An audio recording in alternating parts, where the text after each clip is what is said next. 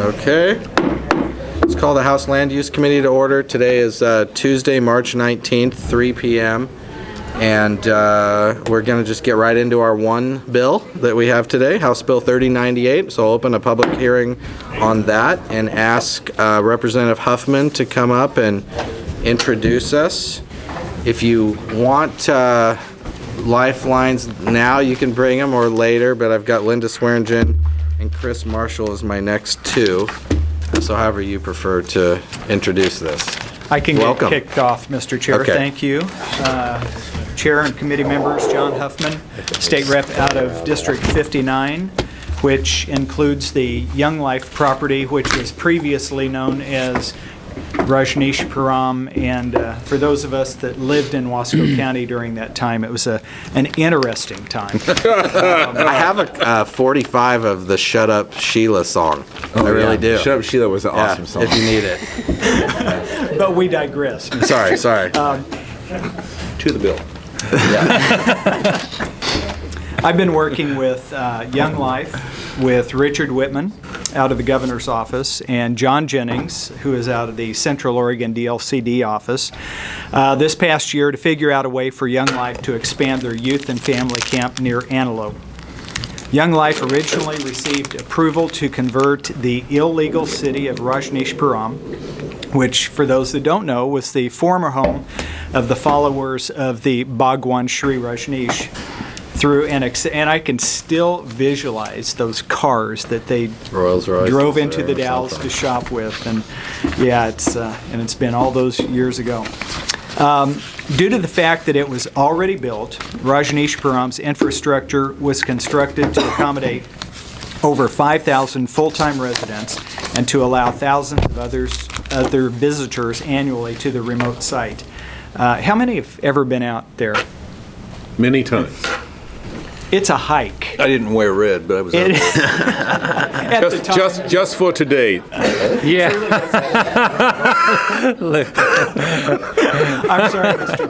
Chair. I'm losing control quickly. Now that Young Life is wanting to expand the camp outside the originally approved exceptions process footprint, they need legislative approval in order to make a land use application to Wasco and Jefferson counties. HB 3098 will allow Young Life the opportunity to enlarge their camp to include no more than 4 additional camps and no more than 100 acres each. They must choose their sites within the 4,000-acre expansion identified on the map. The legislation clearly states that they may only develop up to 1,500 new overnight beds and that the improvement developed must be used for camp-related activities. HB 3098 creates a process for Young Life to file for a conditional use permit in Wasco County and a site plan in Jefferson County. These land use applications trigger a public process and may trigger both hearings and appeals through the Oregon land use system. I happened to read a letter, it was an editorial in the Bend Bulletin last week, and they had written it without calling me for any information or context behind what they wrote. And they were talking about, once again, we're revisiting 2009, which some people on the committee might be familiar with, something that happened in 2009 with the Metolius and the area of critical statewide concern. And so I wrote the bulletin and I said, you know, I met with Richard Whitman, John Jennings. We're trying to follow the land use process that is set up to allow things like this to happen within the land use system. And we are in no way trying to take any authority or process from the counties. This is a process that we have to do at the state level to allow Young Life to apply to Wasco and Jefferson counties, respectively, to do the expansion that they seek. And it is a unique situation. I know Linda and others are going to testify after me about the uniqueness of this situation. I mentioned it briefly about Rajneeshpuram, which was an illegal city. And so it has unique circumstances that we continue to try to deal with today based on what was set up many, many years ago. So with that, Mr. Chair, I will stand down and let others that are much more knowledgeable knowledgeable, come up and follow me in testimony. Thank you for your time. Okay, any questions for our colleague? Wow, jeez, okay. Easy day. Thank you. Yep. Okay, so then I can add in Dan Boyden. So Linda Swearingen, Chris Marshall, Dan Boyden. Then in the on deck opposed category is Jonathan Manton and Marge Easley. Go ahead. For the record, Linda Swearingen, I'm from Redmond, Oregon, and with me I have Chris Marshall and Dan Boyden. I'd like to just give you a quick recap of Washington Family Ranch. First of all, for 100 years this was a ranch, and then in 1982 it was incorporated as Rajneeshpuram. And it had over 500,000 square feet of buildings. In fact, there were 356 buildings on it. There were several wells. They had 12 miles of road. They had built a 4,300-foot paved airstrip, and as the representative mentioned, they created an infrastructure to handle over 5,000 full-time residents, and in the summertime they'd have as many as 15,000 residents or tourists to come and visit Rajneeshpuram. So as you can imagine, this is bigger than most cities. And then when the commune disbanded in '86 and it fell into bankruptcy, it landed in the hands of Connecticut General Insurance Company, and then it was acquired by Inland Properties, or better known as the Washington Family.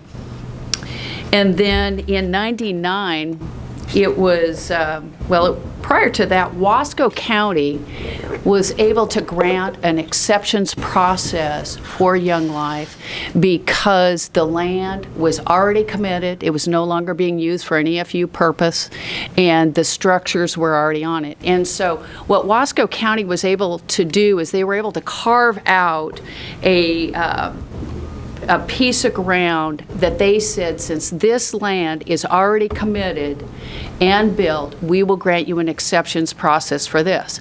As long as Young Life expanded within that exceptions area or that exception zone, they were fine. But as soon as they wanted to leave that footprint, and you're going to hear why they want to do that, then all of a sudden Wasco County and Jefferson County no longer have the ability to approve any expansion outside of that. So to the bill, Linda, sorry, I just got to make sure, because the terminology is complicating. Mm-hmm. They don't have the authority to expand outside that area without going through a new exceptions process for the new area. That's correct. However, it was approved only because it was an illegal city. It was already built. It was already committed. And so Oregon law doesn't allow them to just pick and choose. Well, we want to go ahead and build over here, and you're going to hear why they want to build outside of that zone. So there isn't any legal process for them to follow. Otherwise, they would. Accept a new exceptions process. That won't work. Okay, so I just want to make sure. Yeah. Because we have letters from the agency here saying they should, probably consider the exceptions process. So I do want to hear why that won't work, because I think that'll help all of us. I mean, I got to tell you, I've represented a lot of clients, and nobody wants to come to the legislature and ask for a change. They'd rather go through Wasco County and Jefferson County, but they really need a pathway in which to do that. We have made an amendment to the bill. This was at the request of Jefferson and Wasco County, so you're going to see an amendment. And in the amendment, it does a couple things. First of all, Wasco County would like to use a conditional use process as they process the new application. Sorry, do we have any copies? We don't have the amendment. The -2. Didn't receive that. Maybe you could just verbally describe it a little bit then, and we'll look at it later. Yeah. The -2 does two things. First of all, Wasco County would like to continue to use a conditional use process. That's what they're doing now. So when Chris goes in and says, I want to add another building, or I want to make a change on my deck, he has to use a conditional use process. So Wasco County would like us to be consistent with that process. In the case of Jefferson County, they want to use a site plan process. Both are land use decisions, both require public input, both require notification of the neighbors, and at the discretion of the county, they can go ahead and trigger a planning commission hearing, which can be appealed, and or they can choose to go directly to the county commission, all of which are appealable. What we've attempted to do is just provide a pathway for Young Life to make application. We don't want to take away anybody's rights to appeal the decision or have input into it. Sorry, which county wanted which way? Wasco County wants a conditional use process. Jefferson wants a site plan. Site plan. Okay. And then Jefferson County also wanted to make sure that the language was consistent with the National Flood Program, flood insurance program. So we put that in there. We've been in communication with both counties, and I'm sure there'll be additional communication between now and the time an application would be made. In fact, we're meeting with both Jefferson and Wasco County to go over some road issues and some other issues that are pertinent to both Wasco, Jefferson County, and to Young Life. So we're trying to keep that dialogue going. And as the representative mentioned, what we've done is we've identified 4,000 acres for the purposes of expansion. Now you might ask, why didn't you just pick the 4 sites? We would have done that if we had those identified right now, but remember, what we're attempting to do is create a process for the next 20 to 30 years. And so what we've said is, out of the 62,000 acres, we've identified 4,000 acres, and when we're ready to make application, we can only ask for 4 camps of no greater than 100 acres within the footprint for those camps.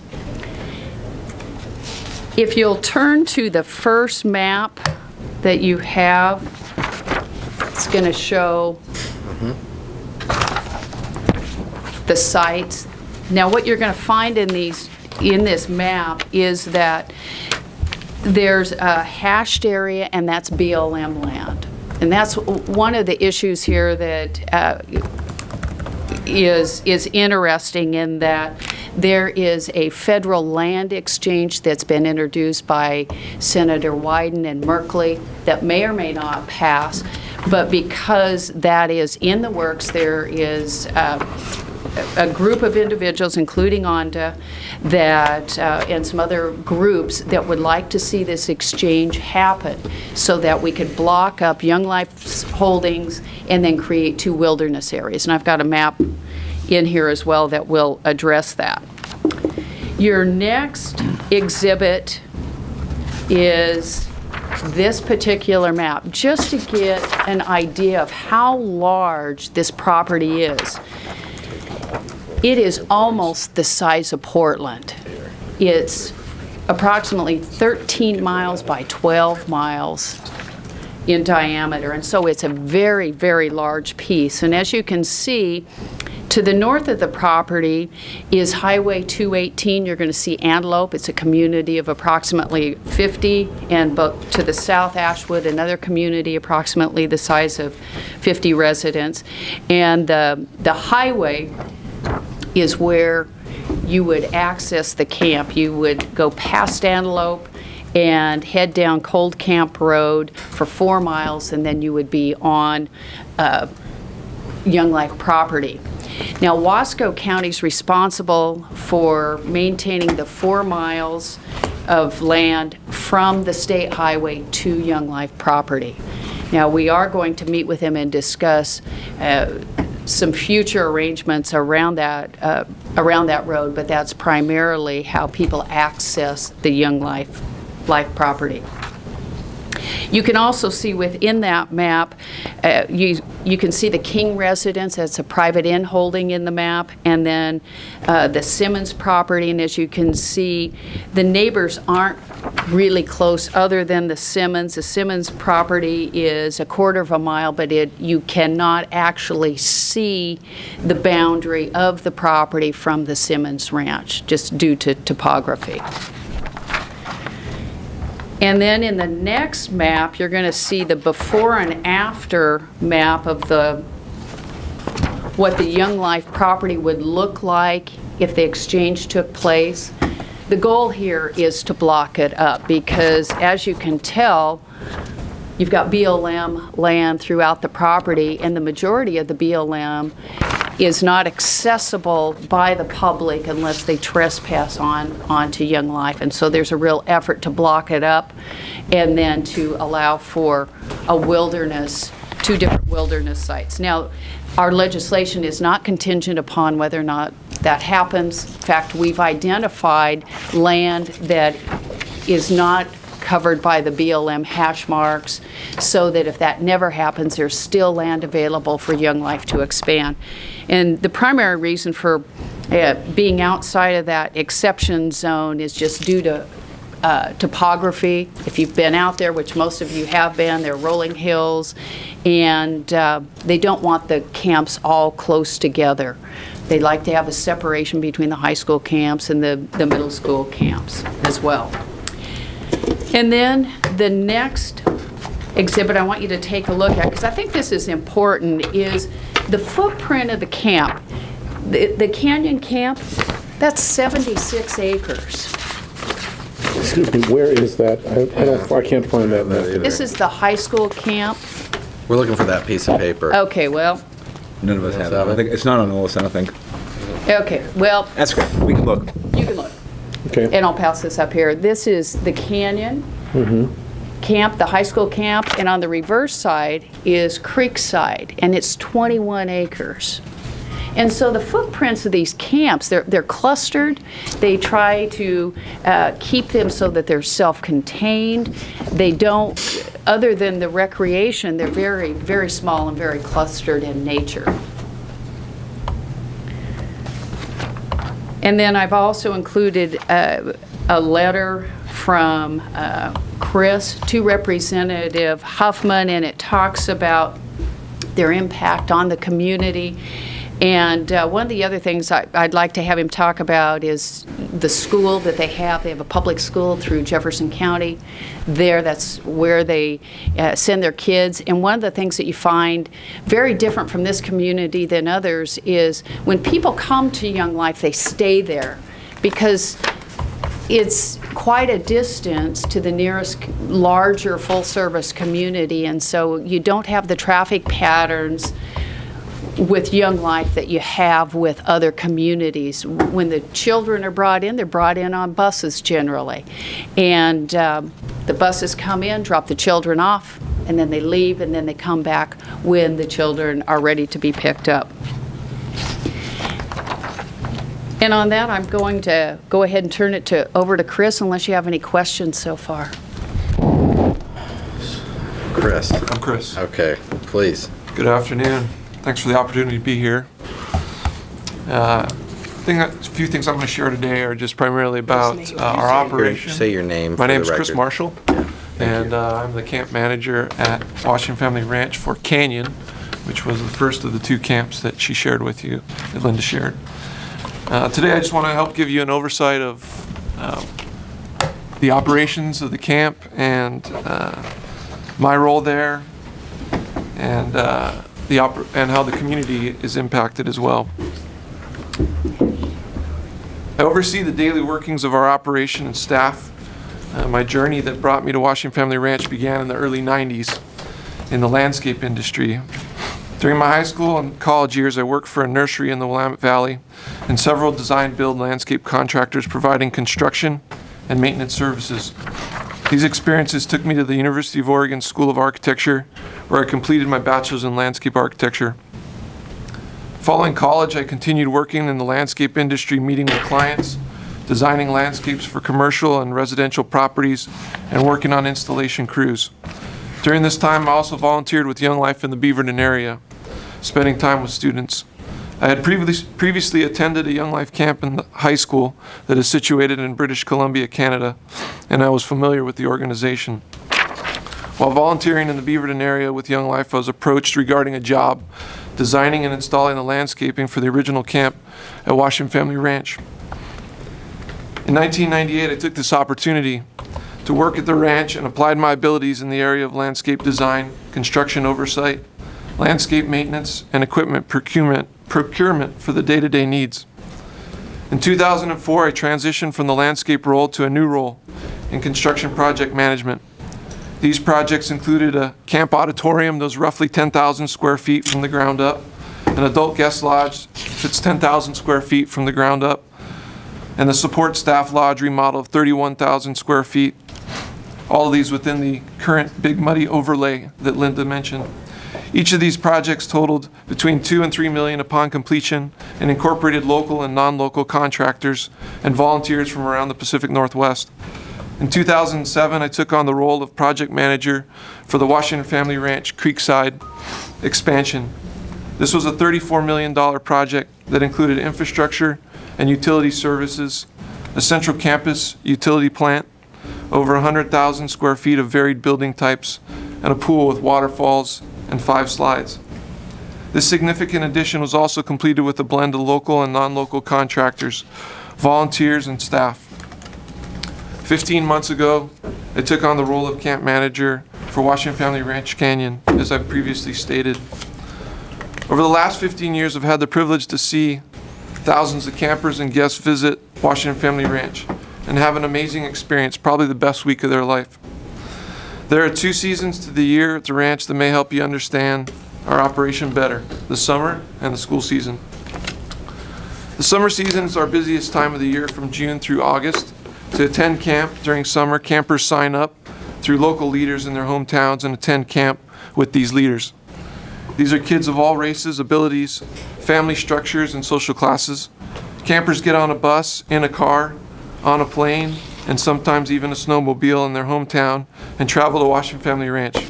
Campers come from around the Pacific Northwest as well as Alaska, Hawaii, Montana, California, and even Texas. We also have international campers traveling from as far-reaching places as Singapore and the Basque of Europe.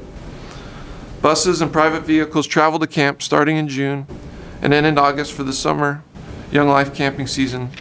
Approximately 8,300 campers and leaders arrived in 2012 to Washington Family Ranch. The bus doors open at a spot that offers a view of the facilities, and campers are welcomed into an amazing week of activities, meals, laughter, fun that is challenging and centers around the gospel message of Jesus Christ. Campers are given the opportunity in a non-threatening environment to consider a lifelong faith journey. Throughout the week, campers take part in field games, pool events, sporting events, the ropes course, a giant swing, zip lines, water slides, a carnival, and other activities. Also, campers dine around tables of 8 and are served family style for all meals. Exceptional food is served by returning volunteers that were once campers themselves. Every detail from the placement of the utensils on the table to the safety of the ropes course is taken into consideration. It's a primary objective of Young Life to provide an excellent and safe camping experience. I recently had the opportunity to help with a group of campers that had vehicle trouble coming into camp. As I brought them into camp with their bags piled in my older ranch rig, I gave them a brief tour. One of the kids said, "Do you have anything for kids that suck at everything?" It took me a minute to grasp what he was asking, but I had the opportunity to share with this kid that was figuring out life. This was made all for him. It was a powerful moment as he had his eyes glued to the window in anticipation of what that week might hold. As the week draws to a close, campers head back to their homes with their leaders in buses and private cars. Many times we see these campers return to support the camping operation in other capacities as a supporting volunteer or staff member. Once the end of August arrives and Labor Day occurs, we transition to the school guest season. This looks different than summer. Washington Family Ranch Creekside, the newer camp, closes from October until May, and Washington Family Ranch Canyon remains open for a myriad of guest groups through the winter into spring. Most of these school season guest groups are church groups, youth groups, schools, both public and private. We also host other nonprofit organizations, one being Wild Canyon Games, which is a team-based adventure competition that supports youth organizations in the Pacific Northwest. Another being government agencies. We've had the USDA, Jefferson County Fire, Wasco County Economic Development Commission, to name a few. that may be looking to host a small conference or a meeting. These groups book the facility and bring in their own speakers, musicians, and administration to operate these weekends or weekday gatherings. Approximately 150 people live at the ranch full-time, as Linda mentioned, in order to ensure that the facility runs efficiently and smoothly. This is comprised of staff, spouses, and children. These members of the community not only serve at the ranch, but they also contribute to the larger Central Oregon community by purchasing groceries and consumer goods, visiting doctors and dentists, stopping at the local fuel station, supporting local restaurants and entertainment venues. 2 staff members recently have purchased land in Jefferson and Crook County as their primary residences as well. To give you an idea of what's nearby, Linda began to talk about that. Madras is 50 miles away and just over an hour from the ranch with the majority of the needed public services. Antelope is closer to the ranch at 18 miles with a cafe that is open intermittently depending upon the season and ownership. Maupin is 43 miles away and 1.5 hours by car with limited services. It is 97 miles and approximately 2 hours by car to reach the Dalles, leaving Madras, Redmond, and Bend as the best options for these staff needs and services. Currently, 13 students are enrolled in the Big Muddy School, which is a Jefferson County School District education facility. Attendance has been as high as 21 students during its time of operation. It is our desire to continue to contribute and support the local community. One other thing Linda mentioned was our road. And as you're coming into the road, she talked about the first 4 miles being maintained by the Wasco County Transportation Department. The remaining portion, which is close to 12 miles of muddy road, is privately owned with public access, and we provide the maintenance on that road. So that is the primary access to the property. Thanks for your time and efforts to provide a hearing for this House bill. We ask that you support House Bill 3098 and pass it on for further consideration. Okay. This is Dan? Dan Boyden. Welcome. I'm Dan Boyden. I'm from Hood River. Chris has talked about the thousands of kids that have been served out at Washington Family Ranch. I have the opportunity to work on the adult side, introducing adults to the ranch and what the great things they're doing for kids. 11 years ago, I took an acquaintance out to the ranch. His name is Randy. We were actually out on a pheasant hunt. We had a great day, and but the significant part of the trip was in the evening when we sat around the old ranch house, and Randy talked about his successful business career, his great jobs that he was doing, but the truth was his personal life and his spiritual life was a train wreck. And he broke down that night and agreed to commit more to his personal life and to his family. Well, 4 months later, his marriage was in crisis. His wife left, and he called the 4 of us that were out there with him, and we listened and talked and prayed, and after a number of tears and hard discussions, that family got back together. And it's a beautiful family, 2 girls, and Randy and Billie Jean are now stronger than ever, as you can imagine, going through a fire like that. He claims that the ranch was an absolute turning point in his life, and that it absolutely saved his family. Randy now takes men out there. He's probably taken dozens of men out there and shared that same story with them and tried to help them with their marriages. Billie Jean is volunteering now with an organization called Young Lives, and it is a group of girls, high school girls with babies. And these girls are pretty much outcast by everybody in their life, including their families. Pretty much most of society has turned their back on them. Billie Jean meets with them every other week. This summer, she took 6 girls from Hood River out there, and Young Life did a special Young Lives camp. Every girl had a nanny for her baby, and they would take the babies away, and the girls could be girls again and talk and share and get their lives back on track. And I tell these stories just because of its Young Life is, I call it a snowball. You start with Randy, and Randy took 12 guys out there, and Billie Jean took 6 girls with 6 babies out there. There's 24 people now that have been impacted by the ranch, and and those 24 go on to reach others.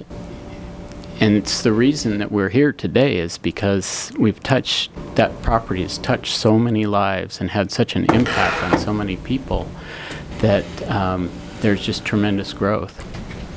6 years after this, Randy got together a group of architects and engineers and planners, and we came up with an idea of how to use